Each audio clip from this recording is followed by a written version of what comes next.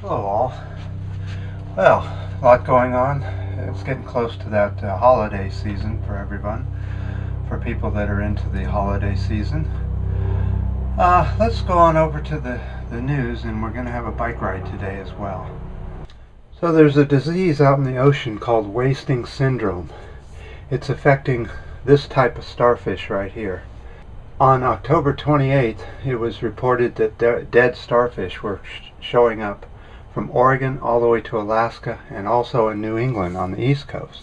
This disease seems to be a wasting type of disease, where if the starfish become cut or lacerations or anything, this disease gets into them and just melts them away right in front of people's eyes. They say they just disappear very quickly.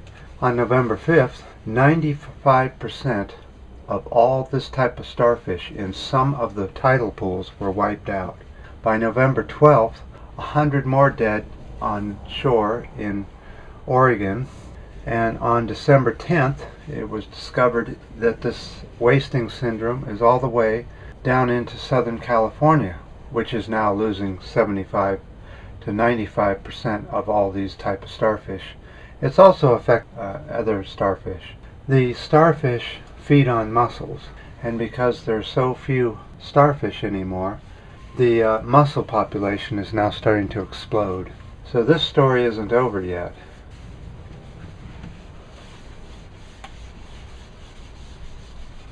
Alright, so we're on a bike ride and we're going to go check out what's happening with the ocean. We haven't done that in a while. We'll go down on that beach that we always go down on. It's a long hike and ride and all that, but it's once or twice a year we do it. But on the way there, I wanted to show you something, how badly the drought is affecting here. The forests and the plant life around here are really looking bad. We're in a record drought now. Let me show you. Okay, this is some of the foliage. As you can see, it's dead and it is completely dry. Look at that. That's that whole branch on the tree here. Let me show you another one. Several people are blaming this on the Fukushima leak and mess that's coming out into the ocean, all that radiation that's been leaking into the ocean ever since the accident began. This very well could be the case, except how do you explain the East Coast wasting? But if it is part of the Fukushima problem, maybe the rain actually rained down over New England states all the way over there, and is also polluting the ocean over there along the seashore where the starfish live.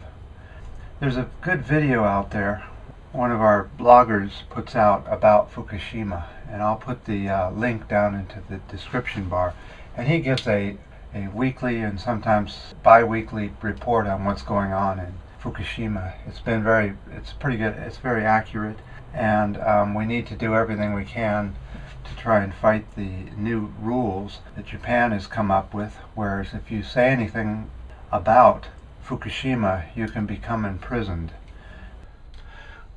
His blog is called Radioactive Reality. This is his little title, and his last one was in December, I believe the 17th. He probably has a new one out by now. Well worth watching and subscribing to his channel. You'll get all your information on Fukushima. We really do need to get the word out there of what's happening with the oceans and how they're causing the water to be poisoned, which causes different fish and wildlife in the ocean to become immune deficiency. Their immune systems become compromised, and then they don't have the ability to fend off diseases like wasting disease from the starfish. We're seeing that in bird life too. We're seeing flocks of birds falling out of the sky. The last one we saw was in Texas just a few days ago. Yeah, check this tree out. Most of it's down on the ground already, but the part that isn't is right here. As you can see, there is nothing left. That one couldn't take it anymore. This one's a little bit younger, and still green. So what we're going to do is keep riding, and next time you see me, we'll be down at the beach ready to do our investigation on Fukushima and the dead starfish, with the Fukushima garbage coming in and seeing what's happening with the beach. This is starting to happen all over the world. More and more countries are coming up with these do not talk about this or don't talk about that laws, which end up, if you do talk about them, you end up in prison.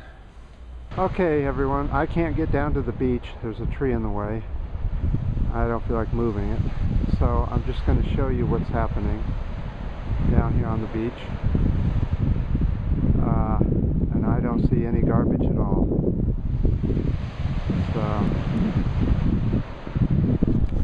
So that's going to be the report, is that there isn't anything. There's just sand. The tides have been coming up too high and clearing out all the debris as the tide line keeps going up and up year after year as the oceans fill up more and more. So it didn't look like there were any starfish anywhere, and I'm not smelling anything like dead animals, dead sea life, fish, that type of thing. Everything seems normal here other than the high tides. But we do get our highest tides during the winter. And that's usually now, because this is when we get our heaviest rains. As you can see, we're still in blue sky, no change. And unfortunately, almost to the end of winter. January lately has been very nice, like spring. And that's when we get our spring flowers. Though this year, you have to see this to believe it. Today's the 18th.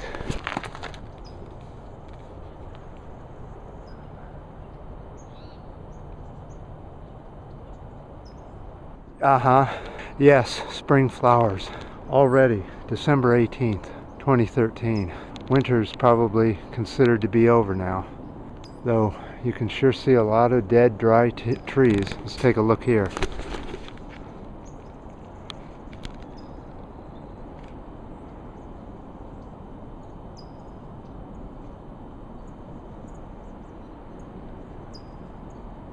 Another dead one over there. Alright, so we're a little bit further up the mountain now, and I wanted to show you what's happening. This here is a watery sort of creek area right in here, and that's the only place these plants will grow. And as you can see, that they're all dying back. They're really brown and ugly looking. I don't know if they'll come back or not. Same with over on the other side of the street. See, there's the drain. So it goes underneath the street, underneath the road there, and it heads right over in this area down here. But there isn't even enough water or moisture left in the soil to feed them any water. So they're just dying back. A lot of plants here die back. They don't die. They just the leaves die and the branches die, and then they come back as a new plant later.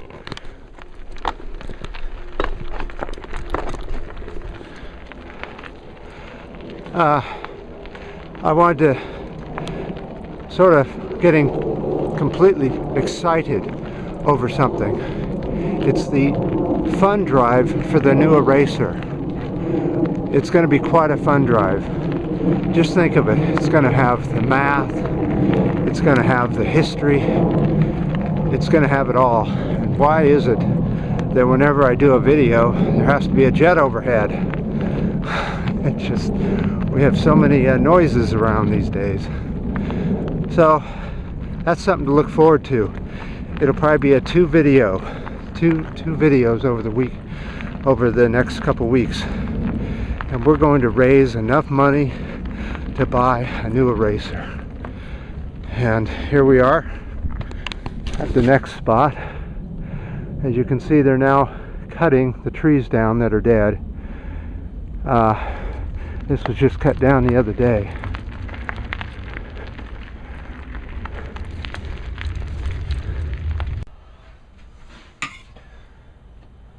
Okay, the next thing I wanted to talk about was China making it to the moon with their little lander. China now has a little lander that's kind of on the moon. Looks something like this with a little doohickey on the top here. And it has a rover that also is on the moon, which has a little thingy on there. It's called a rabbit. They call it a rabbit, but anyway, that's China on the moon surface right now. The rover has driven out on the moon and is taking pictures of this guy, and this guy is taking pictures of this guy. That was about 2 days ago. We haven't heard anything new about it. No new pictures or what they're doing up there, or whether the rover's able to move around on the planet's surface. It's a fast rover, much faster than the ones on Mars, more high-tech. It's smaller, and so far there's been no problems. The reason I bring this up is something that another blogger was talking about that he read. Now, I can't find this information, but I did want to pass it on. I have to use this old dilapidated eraser. Okay, what he is reporting is that China wants to make the moon a base for China. And this is the Earth. And the reason they want a base on the moon, and they're going to say that the moon is theirs. Now, this is what my sources are saying. I can't prove this, so this is just hearsay. But they want it for missiles, so that they can blast missiles off from the moon onto any place on the planet Earth, making them the military might of the planet. In other words, they're going to be the new superpower, and they're quickly trying to get there in every way. They plan on having a person land on the moon shortly, not too distant future is what their goal is. And then they want to have a space base on the moon within the next 2 to 4 years. Now, that's a bit on the scary side because of the way the rest of the world has treated China, which has been pretty bad at times. The U.S. is now getting its nose in the conflict over Japan and China over some little islands. But really, people, see, if anybody in office had a brain at all, they would know exactly how to solve this problem of conflict over what territory belongs to what country. This is what you do, and it's a complete fix. It doesn't take any time, it hardly takes any money, and a lot of people will love it. Let me show you. Okay, so let's say Japan is here and China is here. The islands in dispute are right about here. Alright, both these countries say that these islands are theirs. So what you do is you take the indigenous people that live in China and anywhere else in the world, and you give these islands to them. And you give any land that's in dispute to the indigenous people of the world, and let them run the land the way they want to run it.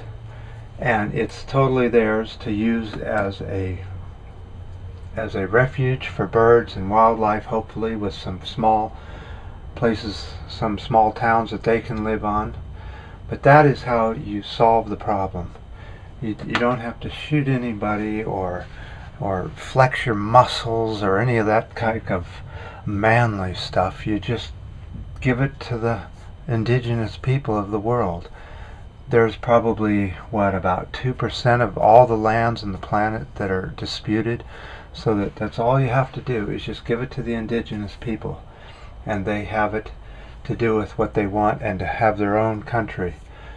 As far as the military goes, I really think we should be downgrading all these militaries as fast as we possibly can, and pay attention to climate change and peak oil and peak car and peak aluminum and peak copper and all the other rare earth elements that are being fought over right now and that are going to be gone shortly, and that we need to use these elements wisely for solar panels, wind generation, high-speed public transportation, that sort of thing.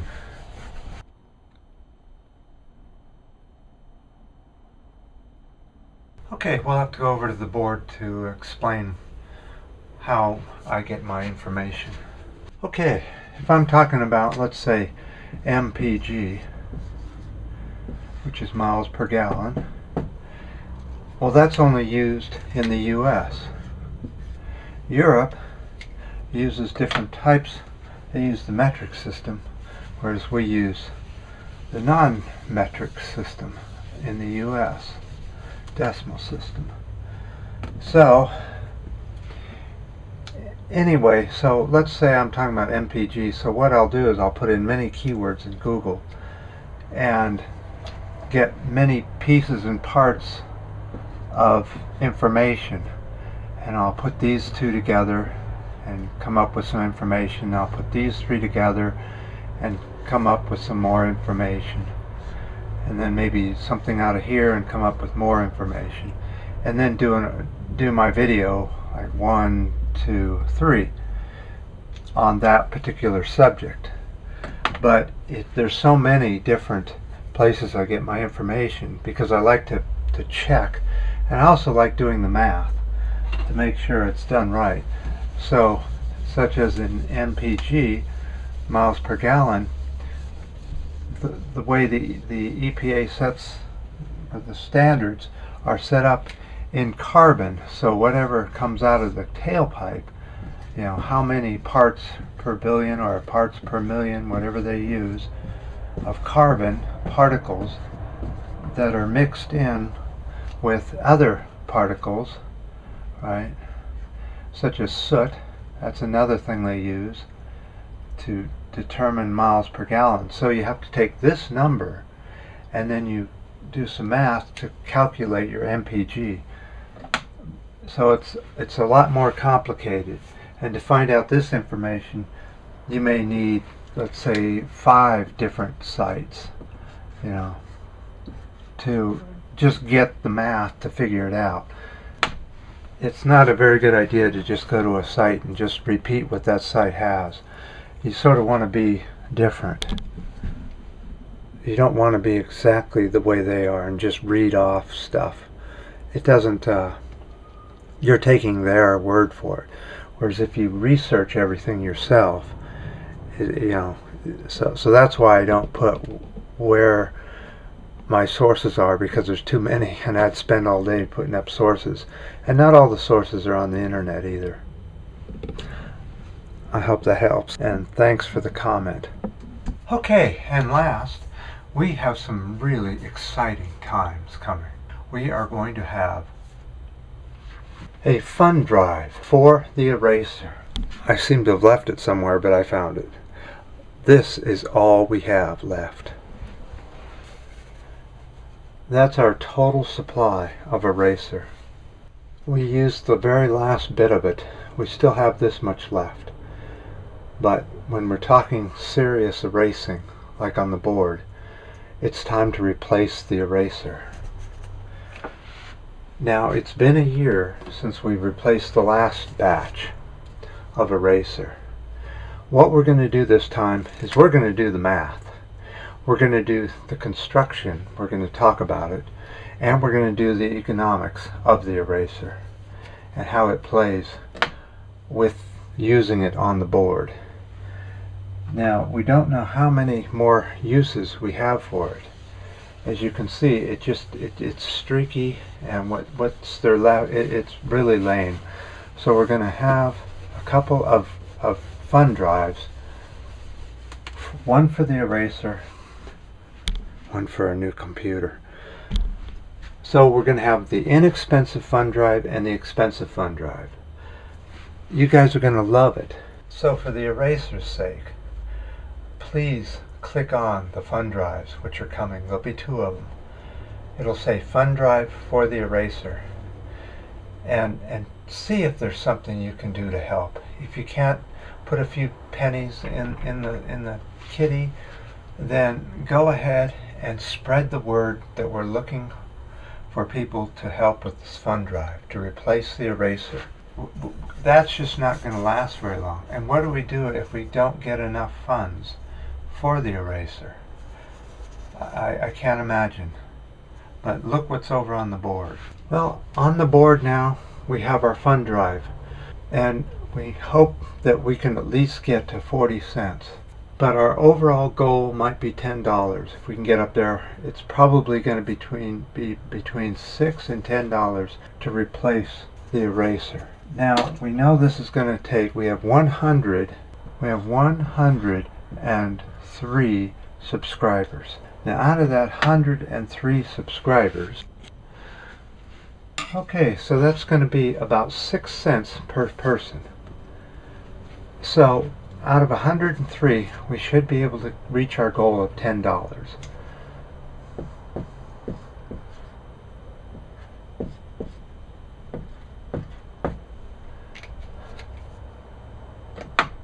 And here's another thing. We will be sharing the board with this pen. This pen will have to share the board with this pen. They better get along all right and not do any kind of funny thing. I mean, they do seem to stick together. Don't miss the fun drives. So, until the fun drives, we'll see you next time.